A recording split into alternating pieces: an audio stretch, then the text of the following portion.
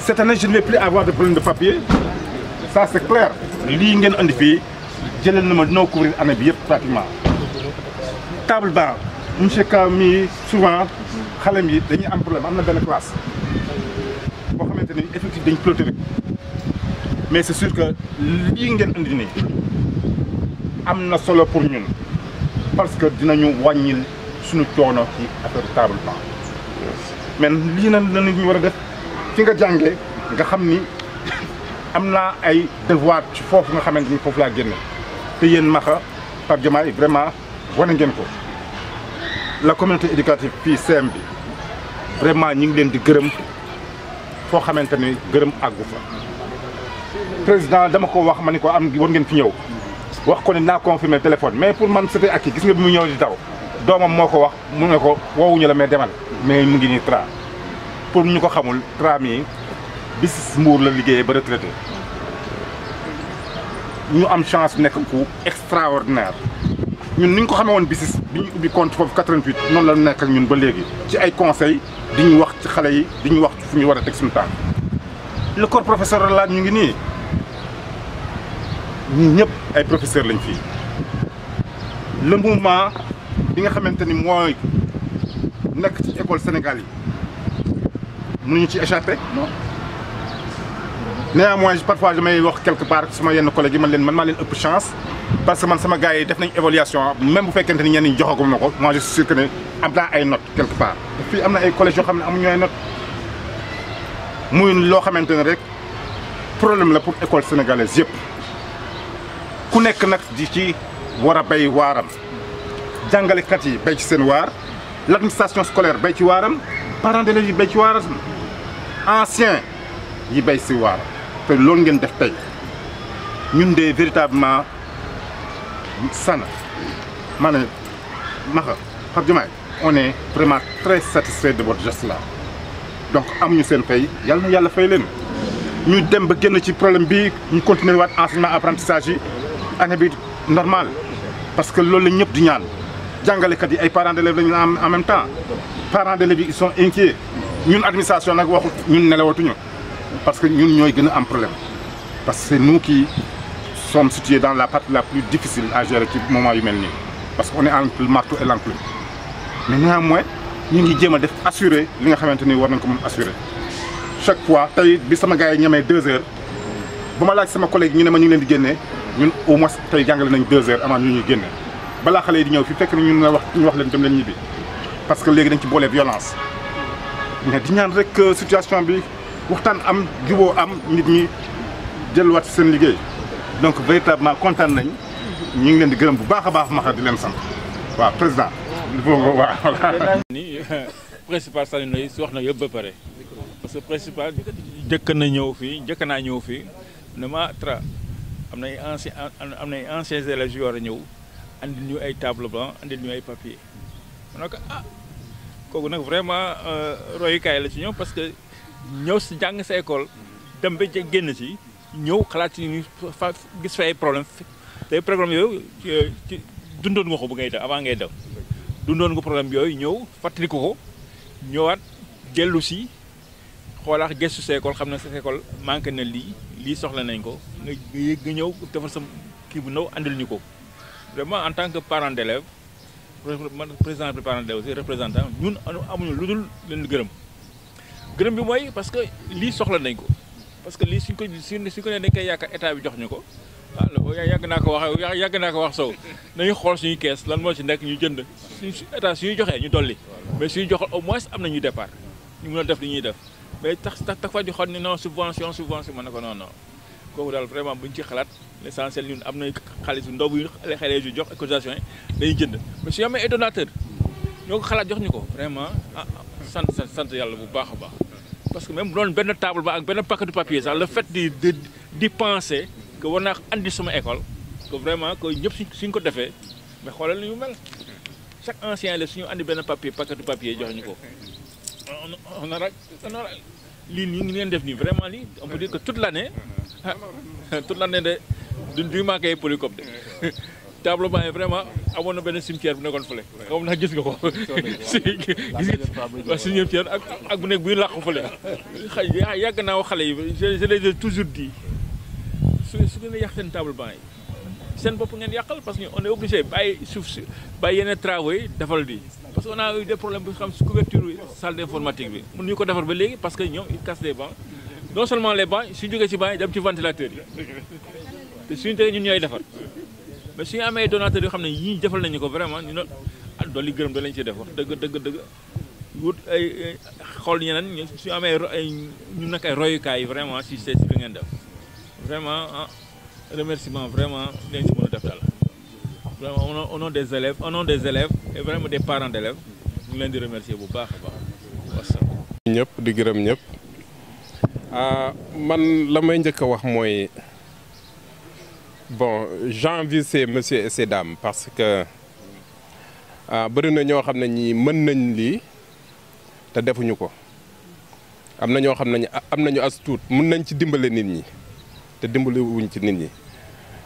surtout que nag yéen ba ngeen fi nekkee vous êtes des anciens de cet établissement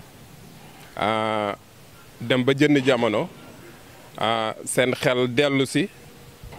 ngeen ñëw pour jàppale xale yi pour jàppale école bi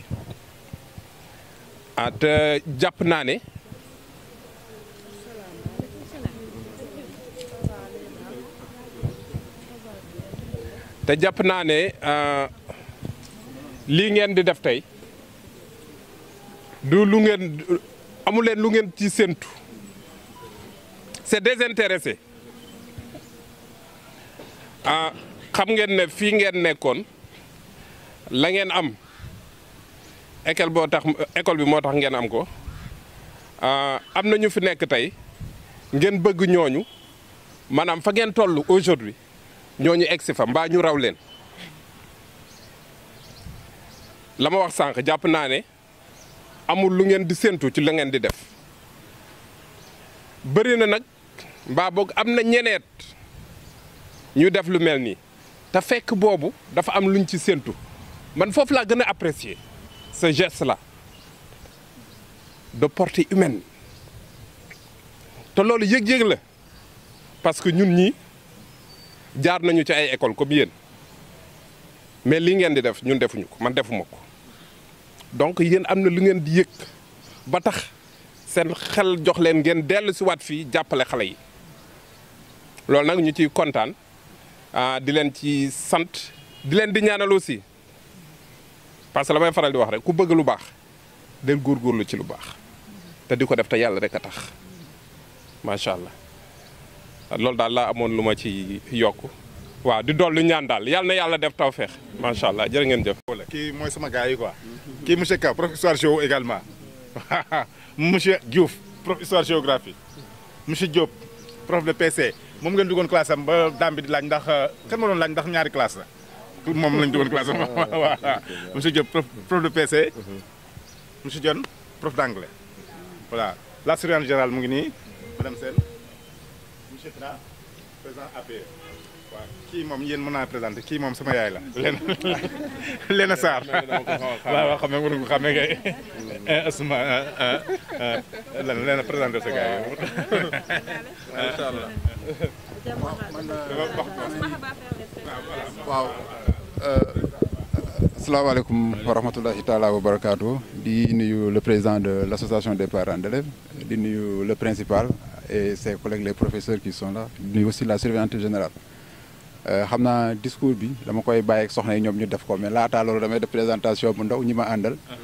donc j'ai la première vice-présidente de l'association qui est madame Touré Aïssatou Mané donc qui est la fille de feu Abdou Mané députée donc j'ai madame Diouf Dieynaba Bassoum qui est la présidente de la commission d'organisation. J'ai Pape Diomaye Thiaré qui est aussi vice-président, donc l'un de mes vice-présidents. J'ai Léna Sarr qui est dans la commission sociale. J'ai Dieynaba Bassoum aussi qui est dans la Bandessane qui est dans la commission sociale. Hein. J'ai Tafa Dioum aussi, notre très grand reporter, commission d'organisation. Et notre cher Abdoul Aziz, enseignant et en même temps notre sage. C'est le sage du groupe waaw principalement damay rafetlu lool kii laataa ma jox kii kàddu di wax ne octobre lañ fi ñëwoon su ma juumul on est presque au mois de janvier ça fait juste 2 mois bañ fi ñëwee sax jëloon nañu engagement ne incha allah dina am lu ñu def li ñu def ni xeeb nañ ko lool parce que je sais que lii ñëw parce que keroog ba may wax yow maa ngi lay naan il y aura des surprises malheureusement si diggante bi ñu am décès donc je me sais pas donc ñu am décès looloo tax mais je suis sûr que la prochaine fois ni ngeen am leneen loo xam ne moo ëpp lii parce que les projets sont là te ñii ak ñeneen ñi nga xam ne ñu ngi sama ginnaaw chaque jour dañ may taloo ne naan ma CS2 de Mbour CS2 de Mbour CS2 de Mbour donc xam naa ne rek bu soobee yàlla loolu dinañ koo kii on fait ça de façon désintéressée yàlla ñu tim dans l'association il y a des gens yoo xam ne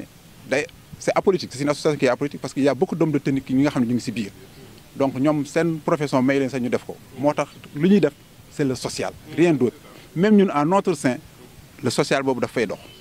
di nga gis koo xam ne day feebar ci ñun loxoom jotul ginnaaw ñu kurtu mu ngi ni duñ ma bàyyi ñu lijjanti la def ko pare ci donc li ñuy def dañ koy def de façon désintéressée ici c'est notre école nous avons été forgés ici ba ñuy dugg léegi Abdou Aziz mu may fàttali fii lañ doon defee suñuy tournoi suñuy football donc 86 lañ fi jógee 86 lii ça fait plus de 35 ans bañ fi jógee ba léegi ñëwatuñ fi c'est une sorte de pèlerinage pour nous car ba ma fa ñëwee j'avais les larmes aux yeux parce que maa ngi fi mu mooy tooñ man de la 6e jusqu'à 3e j'étais responsable de classe 6e ba 3e ba ma fi jógee j'étais responsable de classe donc j'avais les yeux rouges keroog ba ma fiy ñëw j'étais très très ému c'est notre collège lu ñu si mën dinañ ko def on a des partenaires ici on a des partenaires à l'extérieur et d'ailleurs sous peu partenaires yi nekk extérieur ñoom ñooy ils vont réagir bientôt parce que am na loo xam ne ñu ngi koy lijjanti elle est en train de travailler là-dessus bu pare rek dinañ amaat leneen photocopieuse am nañ ko ba pare waroon nañ koo indi tey mais di ngeen ko jot du mu gën a gaawee donc là je vous rassure président donc am na bagage yoo xam ne dina ñëw léegi damay bàyyi rek comme d'habitude damaa bëri wax dañ ma koy toojee damay bàyyi sama vice présidente mu def donc le discours d'usage quand même. L'administration de l'école, de remercier le corps professoral, de remercier l'association des parents d'élèves, de remercier aussi sama promotionnaires yi parce que en fait initiative bi Maxa moo ko yëkkati et moom lañ ciy gën a remercier parce que lii yëpp moom la parce que 35 ans ñu bëri gisante wuñu woon et quand on s'est retrouvé dafa meloon ni bi ñu gisantee démb la et puis li ñuy wax li tax association bi am valeur mooy ñun ba ñuy ànd démb kenn amul dara donc tey ànd bu désintéressé la parce que ku nekk peut-être yaa ngi yor say responsabilité fi nga nekk mais dañu ànd bu rafet di solante xel mu rafet donc li nga xam ne mooy priorité association bi c'est le social te social bi duñ ko commencer fenn fudul fii nga xam ne fii la ñu defee suñuy premier pas muy CS bi qui a beaucoup forgé notre formation donc lépp lu ñu leen mënti defal rek ñun xeeb nañ ko donc lépp lu suñu doole àttan ak lu ñu mën ak lu ñu mënul dinañ ko jéem pour lépp lu collège bi soxla ñu teg ci suñu loxo jàpp ci te je pense que ñii muy sama sœur yi sama frère yi toog duñ ma bàyyi ma wax loo xam ne amul loolu mooy suñu priorité avant tout et puis di rafetlu ànd bi parce que ànd bi dafa rafet macha allah ànd bi dafa rafet te groupe bi ñu ko créé yàggul mais jéego yi ñu ci def am na solo macha allah et je remercie toute l'équipe franchement donc di leen féliciter encore une fois pour l'encadrement parce que yéenay jàppale suñu njaboot yi yéenay dimbali suñu doom yéenay def ci ñoom xam-xam donc lépp lu ñu ci mën rek incha allah dinañ ko def donc di ñaan yàlla kàttanal ñu may ñu doole may ñu moyen ba lépp li ñu mbëbët ci école bi ñu mën ko quand même accomplir waaw merci donc si quelque principal mi nga xam ni monsieur Sow di sama frère maa ngi jël samay nuyoo yëpp di ko teg ci loxoom mu nuyul ma ñi fi teew ñëpp di nuyu tamit président parents d'élèves di nuyu madame Sène bi nga xam ni moom tam sama soxna frère la di wax ne lii ñu ñëw def si ko fii lu ñu war rek la ñu def suñ ko deful fii feneen fuñ ko def sànni nañ ko ndax ñun tey ku nekk si ñun lu mu doon tey rek si école bii la ko jëlee kon ñun dañuy fay bor dañuy jéem li ñuy yéene nag si école bi yàlla xam na ko projet yi ñu ngi fi li ne si xol yi mu ngi fi mébét yaa ngi fi yal nañu yàlla kàttanal may ñu wér may ñu fekkee may ñu tal ba ñu yeggale suñu mébét si école bi di wax ne nag ñun suñu ànd bi ni ko maxa waxa rek bu doon bi ñu nekkee ay ndaw di ànd dafa ñaawoon kon tey bu ñu boolee waatee du rafet wala dina am ñoo xam dañu réticent wala ñoo am dañu am lu ñu gardeel seen moroom ba du ñu ñëw mais dara mësu ci am dara mësul ñaaw 6e la ñuy àndee di ànd ba tey jii ñi des Mbour ñu ngi ànd ñi fi nekkul te Mbour day continuer rek ñuy ànd lépp rafet kon ñun ni ñaan dañuy ñaan yàlla ñun li ñu sumb nii ñu dem ba suñuy doom di ko ànde te xalaat naa ne noonu lay demee parce que li ko liyee dara lalu ko du intérêt c'est apolitique kenn waxu ci waxu politique ku nekk nag terewul am nga sa yeneen yooy def mais ànd bi dañoo ànd te yàlla tax ànd ci ngir jàppalante social loolu la ñu wax ki am dërëm ak ki am ñaar dërëm kenn mënu koo xam lépp luñ ciy def kenn mënta xam ki joxe ak ki joxewul kon élan bi ñu jël yal nañu yàlla kàttanal te tamit nag di rendre grâce au bon Dieu parce que ñun ñi ñu àndaloon am na ñoo xam ne tey nekkuñu fi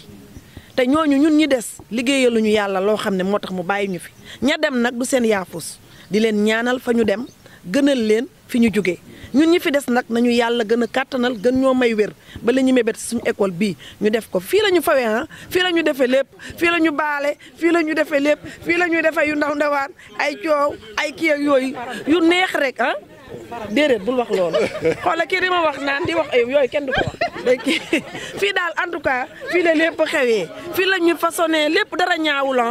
fii léeg-léeg ay yu ndaw maxasaa ko sama genre gi responsable tey nga def as groupe si ndaw dañ koy destituer waaye nangam ak nangam mais li mu bëggoon ak yi mu loolu nee naa ko yow da nga yàgg mën a jiite yàlla moo ko defoon ci yow ma ne ko jiite nga fii jiite waat ñu te dara ñaawul vraiment ñu ngi koy sant di ko gërëm te relation yi nag lu ne mën na see am mën nañ dem ba suñuy doom sëyante ci mën nañ doon ba tuddante ay doom lépp amaat ci dara ñaawul macha allah c'est Mbour c'est nous vraiment liñ fi def nii xeeb nañu ko lii ñu def nii dañuy commencer barke Serigne Saliou Mbacké bu ñu ñëwaatee fii di ngeen xam ne ñëw nañ parce que dafa bette am na lu ñu gàllankoor am ku wàññeekule doomam loolu xaw a kii yëpp mais yi waroon a ñëw yëpp incha allah balaa année bee jeex dinañ fi ñëwaat ñoo fi ñëw daal teg leen seen baaraam fii te xam ne bu ñu ñëwaatee di ngeen xam ne seen ñëwewaat nañu doole. amul benn problème principal xam nga man lu ma gën a neex ci association bi maanaam dama ci am une ancienne camarade de classe mooy Khadijatou Leye on a fait la première et la terminale ensemble puis aussi on a fait le lycée ensemble yow tam maa ngi xool sa kanam voilà mu nga kon man ci laa bokk voilà machallah donc le hasard n'existe pas quoi. ba léegi esprit responsable yooyu la yor bëgg ñëw lay ci non toi t'es le fou du village quoi. Voilà, au fait aussi, principal, je crois qu'il était passé ici, Tafa. Donc, tableau d'affichage, neexuñu. D'ailleurs, dès lundi, il va s'en occuper avec Belé. Donc, dès lundi, ils vont changer les deux panneaux de Farafo, quoi, Inch'Allah. Voilà. Inch'Allah. ak grève bi. waaw dañuy jël benn jour boo xam. bon da ngay mobiliser. xale yi yëpp non tey naroon nañ ko def. voilà ñu génne bale yi. non amul problème ñin moom duñu laal kii. waaw amul benn problème leen ñu bale parce que def naa tour bi yëpp l'autre semaine. Maka on a des problèmes extraordinaires au niveau espace bi. gis nga espace bi. pas plus tard que si biir semaine bi rek ñu ngi jotee ay affaire cantine bi nga xamante ne as kii na fii. parce que espace bi en réalité municipalité bi moo ko géré ñun mënoon a nekk suñu seconde cour. il y a de temps en temps nga gis ku ñëw indi kayit ni maire moo ma ko jox damay implanté wu. loo ci mën dara bu mujj mooy cantine bu bleu bi xaw na indi coow sax parce que dañ ko tafoon ci salle des profs. les profs m'ont interpellé ma ne ah man de joxewu ma espace maire yi moo koy joxe mais naa wax association sama àq pour mu jógee ci fenêtre salle des profs bi pour mu déplacer wu. am na beneen bu installé wu fee kii jaay café ancien élève fii la mais kooku sax lu ma ci rafetlu peut-être mooy depuis que mu installé wu foofu ñu doon saw foofu wàññeeku na parce que salle place bi dafa nekk place boo xamante ni lii de bandit la pratiquement gars yi mandi fii yëpp fii lañ doon ñëw mais depuis quelque temps peut-être ak ni ñu koy aménagé nii xaw na tane et ñuy ñaan que mu continuer yéen aussi